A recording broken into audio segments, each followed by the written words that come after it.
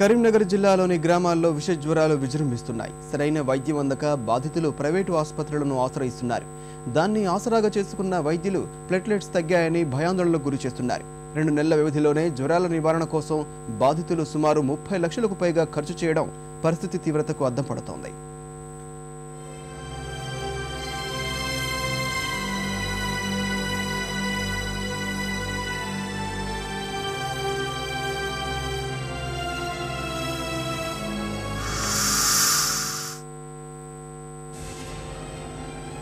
కరీంనగర్ జిల్లా చందుర్తి మండలం మోడపల్లిలో సీజనల్ వ్యాధులు విజృంభిస్తున్నాయి. 2 నెలలుగా మలేరియా, డెంగీ, అతిసారం బారిన పడి వందల మంది అస్వస్థతకు గురయ్యారు.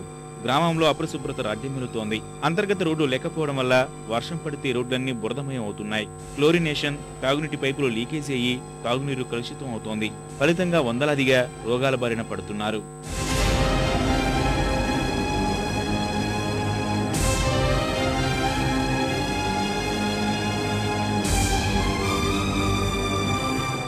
ఒకరితో ప్రారంభమైన జ్వరాలు క్రమంగా కుటుంబ సభ్యులందరికీ వ్యాపిస్తున్నాయి. ప్రభుత్వ వైద్య సేవలు అంతంత మాత్రంగానే ఉండటం వల్ల బాధితులు కరీంనగర్, హైదరాబాద్లోని ప్రైవేటు ఆసుపత్రులను ఆశ్రయిస్తున్నారు. ఇదే అదునుగా భావించి వ్యాధి నిర్ధారణ కోసం పరీక్షలు నిర్వహించి భారీగా బిల్లులు వేస్తున్నారు.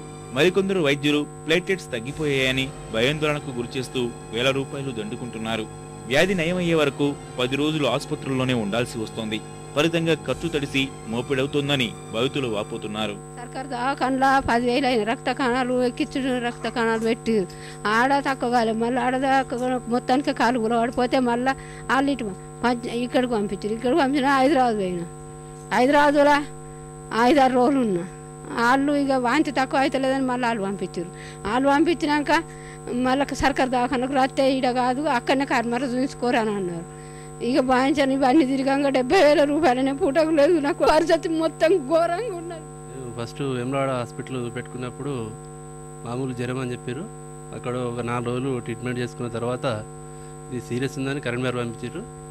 కరీంనగర్లో చెన్మడ ఆనందరావులో 1 రోజులు ఐసీయూలో ఉండడం జరిగింది. సీరియస్ ఉంది, బ్లడ్ టెస్ట్ ఎక్కియాలి అని చెప్పడం జరిగింది.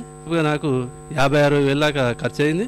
నాకు జ్వరం వచ్చింది, డెంగ్యూ వ్యాధి అన్నారు ఫస్ట్. తర్వాత రక్త కణాలు తక్కువ అయినాయి, కూలి చేసుకొని బతుకుతా నేను. మొత్తం 50,000 అయినాయి ఖర్చు. గ్రామంలో అపరిశుభ్రత ఉండటం వల్ల ప్రాణాంతక దోమలు పెరిగి వ్యాధులు విజృంభిస్తున్నాయని వైద్యులు చెబుతున్నారు. వైరల్ ఫీవర్స్ అనేటివి డిటెక్ట్ చేయడం జరిగింది. రెగ్యులర్గా స్లైడ్స్ కూడా తీస్తున్నాము. ఈ మధ్యలో డెంగ్యూ పాజిటివ్ అనేది ఒక 2 కేసెస్ కనబడినవి. అయితే వాటికి మేము కరీంనగర్ రెఫర్ చేసి ట్రీట్మెంట్ కూడా ఇవ్వడం జరిగింది. ఇక్కడ జ్వరాలు అనేది శానిటేషన్ ప్రాబ్లం వల్ల వస్తుంది. ఇకనైనా ఉన్నతాధికారులు స్పందించి గ్రామంలో వ్యాధులు ప్రబలకుండా చర్యలు తీసుకోవాలని గ్రామస్తులు కోరుతున్నారు.